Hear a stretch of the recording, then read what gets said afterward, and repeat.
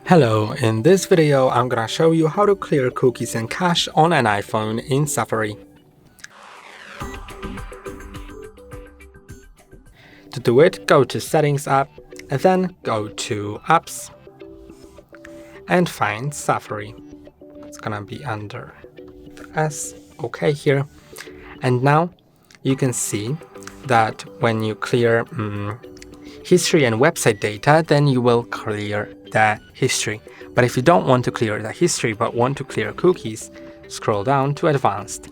Then click on Website Data, and now you can see the sites that use your website data. You can click on any of those. You can click on Edit, then click on minus to delete the data from that site, or click on Remove all website data and remove now, and it will remove all your cookies and cache. That's all for today. Don't forget to like and subscribe. See you next time.